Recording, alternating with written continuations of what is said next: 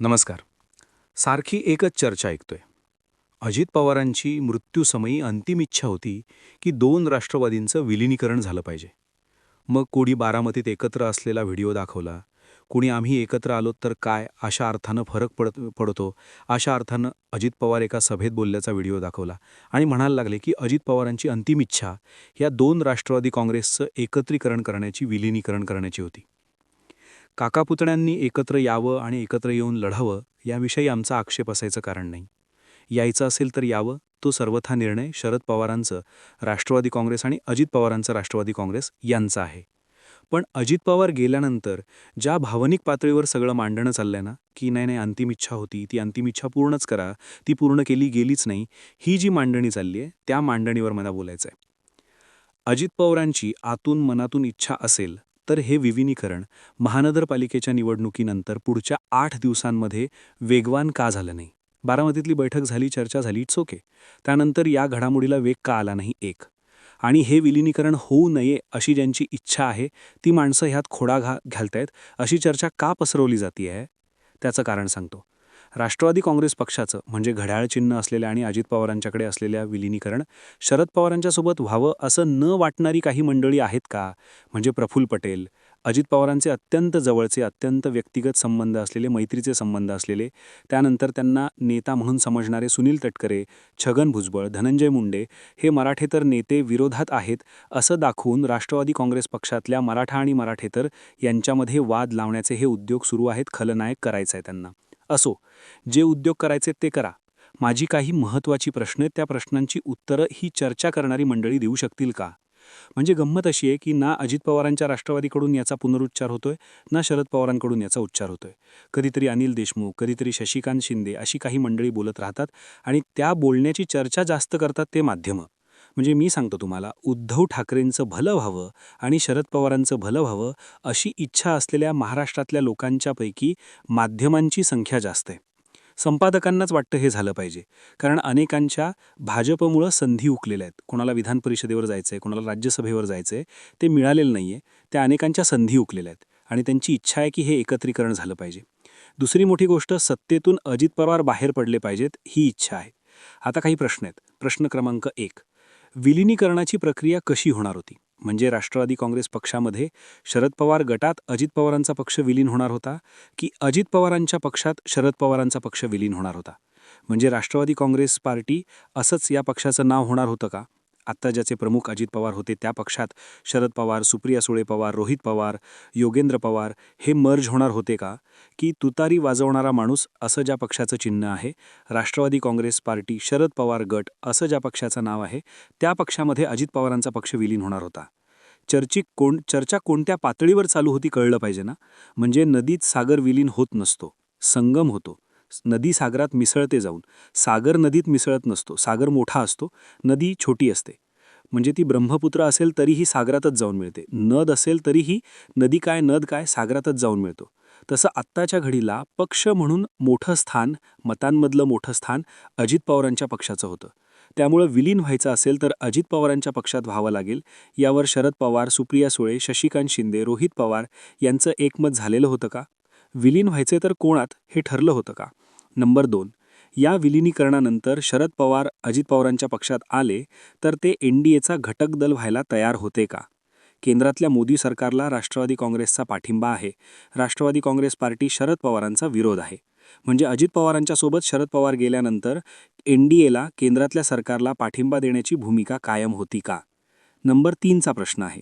महाराष्ट्रातल्या सरकारमध्ये अजित पवार उपमुख्यमंत्रीपद आणि बरोबरीतली मंत्रिपदं घेऊन तिसरा भाग घेऊन सहभागी आहेत. या तिसऱ्या भागात शरद पवार सहभागी होणार होते का? उद्धव ठाकरेंची साथ सोडून ते सहभागी होणार होते का? काँग्रेसची साथ सोडून ते सहभागी होणार होते का? मिळाली पाहिजेत उत्तरं.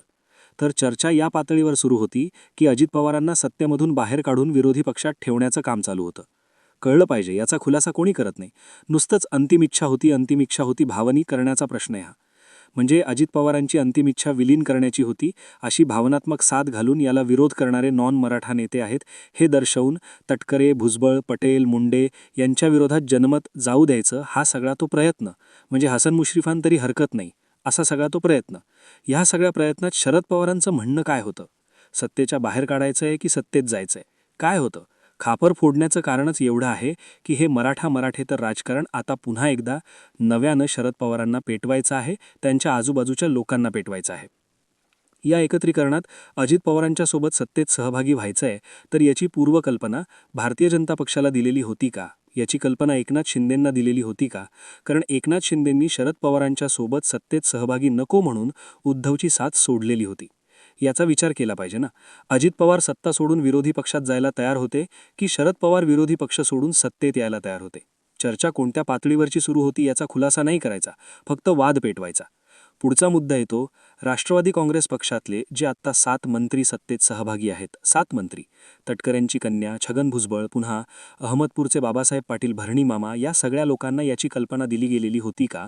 हसन मुश्रीफांच्या सहित. कारण हाती आलेली सत्ता सोडायची आहे आणि आपल्याला विरोधी पक्षात बसायचंय हे ठरलं होतं का? काहीतरी गोष्टी स्पष्ट करणं आवश्यक आहे. बरं, अजित पवारांना फोडलं, आपल्याकडे घेतलं तर काही डाव साध्य करता येतील असं काही शरद पवारांच्या डोक्यामध्ये होतं का? म्हणजे महाराष्ट्रातलं सरकार पडणार आहे, अजित पवार सरकले की महाराष्ट्र सरकार पडलं, अशी स्थिती होती का? नाही, ते सरकार पडणार नव्हतं, कारण ते भक्कम बहुमतावर उभा आहे. बरं, एकनाथ शिंदे जोडीले आहेत. त्यांच्या केंद्रातल्या सरकारवर काही फरक पडणार होता का अजित पवारांच्या जाण्यामुळे? शरद पवार आणि अजित पवार दोघांच्या मिळून खासदारांनी जरी विरोध करायचं ठरवलं असतं तरी केंद्रातल्या सरकारला धक्का लागायचं कारण नव्हतं. मग मंत्री बनलेले, उपमुख्यमंत्री असलेले अजित पवार सुखातला जीव दुःखात टाकतील का? विरोधी पक्षात जातील का? बरं, अजित पवार तर हे वारंवार सांगत आलेले आहेत की मला सत्तेसोबत जायचं होतं म्हणून मी हा निर्णय घेतलेला आहे. अजित पवारांनी लपवलेलं नाहीये, त्यावर माझं अजित पवारांचं कौतुकच वाटतं. सत्तेसोबत जायचं आहे, सत्तेसोबत जाऊन कामं होतात आणि या उपटसुंब्यांच्या सोबत जाऊन काय फायदा नाही, ज्यांना यश मिळतच नाही त्या पालथ्यांच्या सोबत जाऊन काय फायदा नाही, हे ओळखणारा नेता अजित पवार होता. आणि जिथे सत्ता आहे, जिथे फायदा आहे, तिथे तिथे जायचं असतं हे अजित पवारांना कळत होतं. मग हे सगळं जुळवून आणलेलं गणित सोडून देऊन अजित पवार यांच्यासारखे भिकेचे डोहाळे लावून इकडे जातील ही शक्यता होती का? नाही, सरकार पडणार नव्हतं, मंत्रिपदं कोणी सोडली नसती, सरकारमधून बाहेर पडले नसते. मग विलिनीकरण कशाचं? हे विलिनीकरणाचं ढोंग आहे. मी तुम्हाला एकच सांगतो, आत्ता एप्रिलमध्ये शरद पवार साहेबांची जागा रिकामी होते राज्यसभेची, त्यासोबत शरद पवारांच्या सोबत गेलेल्या फौजिया खान यांची पण जागा रिकामी होती. दोघे निवृत्त होतात आत्ता राज्यसभेतून. या 2 जागांवर परत माणूस पाठवायचा असेल तर योग्य संख्याबळ हवं. आत्ताच्या घडीला उद्धव ठाकरेंकडे 21, काँग्रेसकडे काही आणि शरद पवारांच्याकडे 10 असेच आमदार शिल्लक आहेत. अजित पवारांच्या पक्षातले आमदार मिळाले तर शरद पवार आणि पक्ष मिळून 1 खासदार राज्यसभेवर पाठवू शकतो. उद्धव आणि काँग्रेस मिळून 1 असे 2 7 पैकी 2 जाऊ शकतील आणि 5 सत्ताधारी पक्षाला मिळतील. 1 खासदार एक्स्ट्रा पाठवता यावा यासाठी हे सगळं कांड आहे आणि अशा कांडाला विलिनीकरणाची प्रक्रिया म्हणून चाललंय. मुळात लक्षात घ्या, मी नेहमी सांगतो, राष्ट्रवादी काँग्रेस पक्ष हा अमेरिकन संघराज्य आहे. गावोगावच्या ताकदवान नेत्यांनी एक नेता एक चिन्ह मिळवलेलं आहे. ते आपापल्या गावात सक्षम आहेत, आपापल्या मतदारसंघात सक्षम आहेत, कारण ते सत्तेच्या सोबत आहेत. सत्तेच्या सोबतची गोष्ट कोणीही सोडायला तयार होत नसतो.